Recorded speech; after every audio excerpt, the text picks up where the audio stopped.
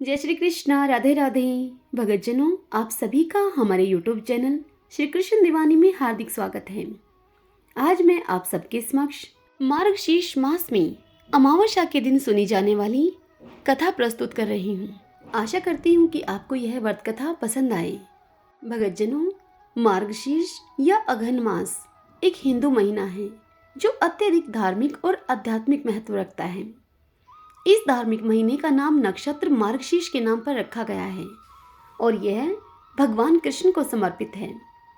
मार्गशीर्ष अमावस्या प्रबल भक्ति और श्रद्धा का दिन है। इस दिन भगत भगवान कृष्ण की पूजा करने के अलावा पितरों का सम्मान भी करते हैं। इस विषय में भगवत गीता में भगवान श्री कृष्ण स्वयं कहते हैं कि वे समस्त मासों में मार्गशीर्ष मास हैं। सतयुग में देवता मार्गशीर्ष मास के प्रथम दिन को वर्ष का प्रारंभ मानते थे। इस महीने में नदियों में स्नान करना चाहिए और तुलसी जी के पौधे की जड़ों का उपयोग करना चाहिए। मार्गशीर्ष मास में तुलसी जी के गमले की मिट्टी माथे पर लगाने चाहिए। यह अत्यधिक शुभ होती है। भगवान कृष्ण की भक्ति मिलती है ऐसा करने से। इस पूरे महीने में भजन कीर्तन आदि में भक्तों को शामिल देखा जा सकता है।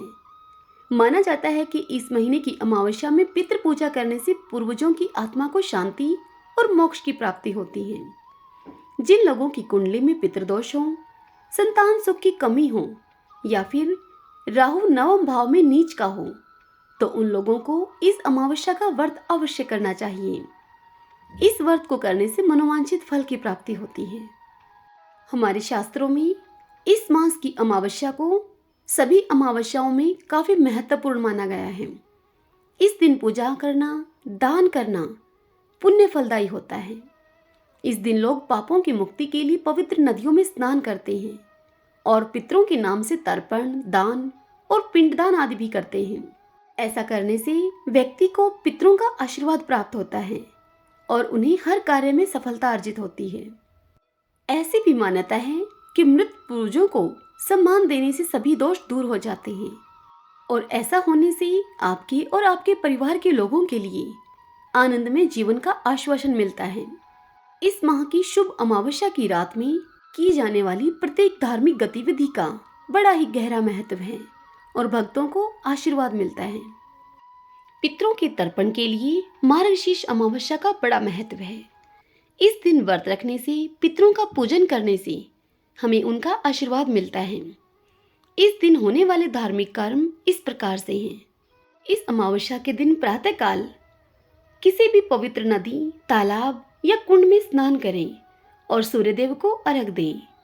स्नान के बाद बहते हुए जल में तिल प्रवाहित करके गायत्री मंत्र का पाठ करें।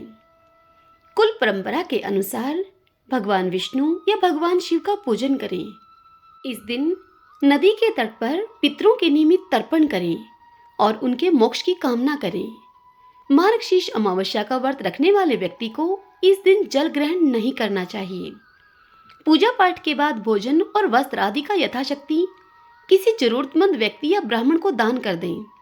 आइए भगतजनों, अब हम इस दिन सुनी जाने वाली मार्गशीर्ष अमावस्या की कथा को सुनते हैं। एक साहूकार के 7 बेटे, 7 बहू और 1 बेटी थी। साहूकार के घर एक जोगी भिक्षा लेने के लिए सदैव आया करता था, तो साहूकार की बहू उसे भिक्षा दे देती थी। जब कभी भी साहूकार की लड़की उसे भिक्षा देती तो वह जोगी भिक्षा लेने से मना कर देता था और वह कहता कि लड़की तो सुहागन है पर भाग्य में दुहाग लिखा है। साधु से यह सुनकर वह लड़की रोने और सुबकने लगती। तब एक दिन उसकी माँ ने उसे रोते हुए देख लिया और उससे पूछा कि बेटी, तुझे किस बात की चिंता है, तू क्यों रोती है? तब वह लड़की बोली कि माँ, एक जोगी भिक्षा लेने के लिए हमारे घर आता है। जब उसे मैं भिक्षा देने के लिए जाती हूँ तब वह मुझे कहता है कि लड़की है तो तू सुहागन, पर तेरे भाग्य में दुहाग लिखा है और मुझसे भिक्षा भी नहीं लेता। यह बात सुनकर उस लड़की की माँ उससे बोली कि उस जोगी की बात मैं सुनूंगी अब की बार। अगले दिन माँ छिपकर बैठ गई। जोगी भिक्षा लेने के लिए आया तो लड़की उसे भिक्षा देने लगी। इस बार भी जोगी ने वैसे ही कहा जैसे कि वह हर बार कहता था। अब की बार जोगी की यह बात सुनकर उस लड़की की माँ, जो कि छिपी हुई बैठी थी, वह बाहर निकल कर आई और जोगी से कहने लगी कि बाबा, एक तो हम तुम्हें भिक्षा देते हैं और ऊपर से तुम हमें गाली देते हो। तब वह जोगी बोला कि मैं गाली नहीं देता, मैं तो सच्ची बात कहता हूँ, इसके भाग्य में ऐसा ही लिखा है।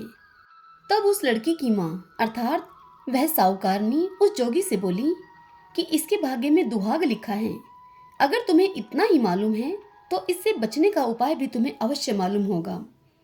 तब यह सुनकर वह जोगी बोला कि हाँ, 7 समुद्र पार एक सोना धोबन रहती है जिसने सोमवती अमावस्या कर रखी है। अगर वह इसे आकर फल दे दे तो इसका दुहाग टल सकता है, नहीं तो विवाह के समय सर्प के काटने से इसके दूल्हे की मृत्यु हो जाएगी। इस बात को सुनकर लड़की की माँ बहुत रोने लगी। जैसे तैसे उसने अपने आप को संभाला और फिर वह साहूकारनी सोना धोबन के पास पहुंच गई। तब रास्ते में बहुत तेज धूप पड़ रही थी, तो वह एक पीपल के पेड़ के नीचे बैठ गई।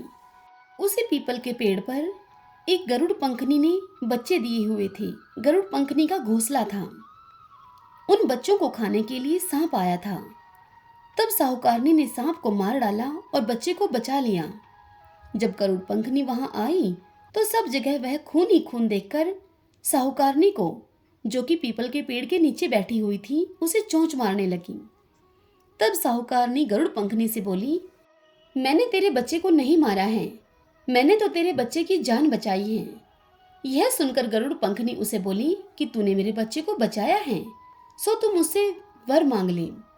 तब साहूकारनी गरुड़ पंखनी से बोली कि पहले वचन भरो। तब गरुड़ पंखनी बोली कि मैं तुम्हें वचन देती हूँ। तब साहूकारनी गरुड़ पंखनी से बोली कि मुझे 7 समुद्र पार सोना धोबन के घर छोड़ दो। अब गरुड़ पंखनी ने उसे सोना धोबन के घर छोड़ दिया।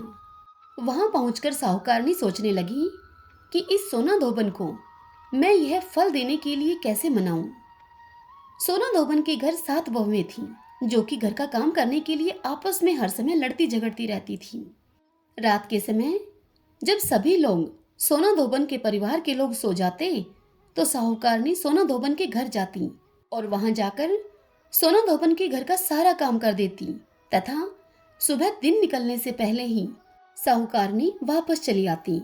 अब सारी बहुएं आपस में सोचती कि रोज सारे घर का काम कौन करता है, लेकिन इस बारे में वह आपस में भी एक दूसरे से कुछ नहीं पूछती थी। एक दिन सोना धोबन ने बहुओं से पूछा कि आजकल तुम आपस में लड़ती झगड़ती भी नहीं हो, अब सारे घर का काम कौन करती है। तब बहुएं कहने लगी कि काम तो हमको ही करना पड़ता है, लड़ाई करने से क्या फायदा है। सोना धोबन ने सोचा कि आज तो मैं देखूंगी कि कौन सी बहू घर का सारा काम कर देती है। रात को सोना धोबन ने देखा कि उसके परिवार के सोने के पश्चात एक औरत घर में आई है और वह सारे घर का काम कर रही है। दिन निकलने पर जब साहूकारनी उसके घर से जाने लगी, तब सोना धोबन ने उसे पकड़ लिया और उससे पूछने लगी कि तुम कौन हो, तुम्हें क्या चाहिए। तब वह साहूकारनी बोली कि पहले तुम वचन भरो। तब सोना धोबन उसे वचन देती है। अब साहूकारनी सोना धोबन से कहती है कि मेरी बेटी के भाग्य में दुहाग लिखा है, सो तुम चलकर उसे सुहाग दे दो, क्योंकि तुमने सोमवती अमावस्या कर रखी है। अब यह सुनकर सोना धोबन अपने बेटों बहुओं से कहने लगी कि मैं तो इस औरत के साथ जा रही हूँ, मेरे बाद तुम्हारे पिताजी यदि मर जाएं तो उन्हें तेल के कूप में डालकर रख देना। बेटे बहुओं से इतनी बात कहकर सोना धोबन साहूकारनी के घर चलने के लिए साहूकारनी के साथ चल दी। अब वह साहूकारनी के घर आ गई। साहूकारनी ने अपनी बेटी का विवाह किया। जब फेरे होने लगे तो सोना धोबन कच्चा करवा, दूध और तार लेकर बैठ गई। थोड़ी देर में वहां एक सांप आया और उस दूल्हे को डसने लगा। तब सोना धोबन ने करवा आगे करके तार से सांप को बांध दिया। डर के मारे वह सांप वहीं मर गया। अब सोना धोबन ने उसे सुहाग दिया और बोली कि जितनी अमावस्या मैंने करी है उन सब का फल साहूकार की बेटी को मिले, और जो आगे करूंगी उनका फल मेरे पति और मेरे बेटों को मिले। हर कोई सोमवती की जय जय बोलने लगे। सोना धोबन जाने लगी तो साहूकारनी उससे बोली कि तुम कुछ मांग लो, तुमने मेरे जवाई को जीवन दान दिया है। तब सोना धोबन उससे कहने लगी कि मुझे कुछ भी नहीं चाहिए, यह कहकर वह सोना धोबन वहां से चली गई। जब सोना धोबन 7 समुद्र पार अपने घर वापस आ रही थी, तब रास्ते में फिर से सोमवती अमावस्या आई। उसने पीपल के नीचे बैठकर सोमवती अमावस्या की कहानी कही और व्रत किया और पीपल की 108 फेरी लगाई। पीपल की पूजा करने के पश्चात जब वह अपने घर पहुंची तो वहां जाकर उसने देखा कि उसका पति मरा पड़ा है। जो सोमवती अमावस्या उसने रास्ते में की थी, उस अमावस्या का फल उसने अपने पति को दे दिया। इससे उसका पति जिंदा हो गया। तब सभी लोग पूछने लगे कि तुमने ऐसा क्या किया है जो कि यह जिंदा हो गया। तब सोना धोबन कहने लगी कि मैंने तो कुछ भी नहीं किया है। जब मैं घर आ रही थी तो मुझे रास्ते में सोमवती अमावस्या आई, सो मैंने उनकी पूजा करी थी, व्रत किया और 108 फेरी पीपल की लगाई थी मैंने। इसी से मेरे पति के यह प्राण वापस आए हैं। तब सारे नगरी में यह ढिंडोरा पिटवा दिया गया कि हर कोई सोमवती अमावस्या की पूजा करो, व्रत रखो, 108 फेरी पीपल की लगाओ। हे सोमवती अमावस्या, जैसे साहूकार की बेटी को सुहाग दिया वैसे ही सभी को देना। इस कथा को कहते सुनते हुकारा भरते सब पर अपनी कृपा करना। सब बोलिए शंकर भगवान की जय, पार्वती माता की जय। जय श्री कृष्ण, राधे राधे।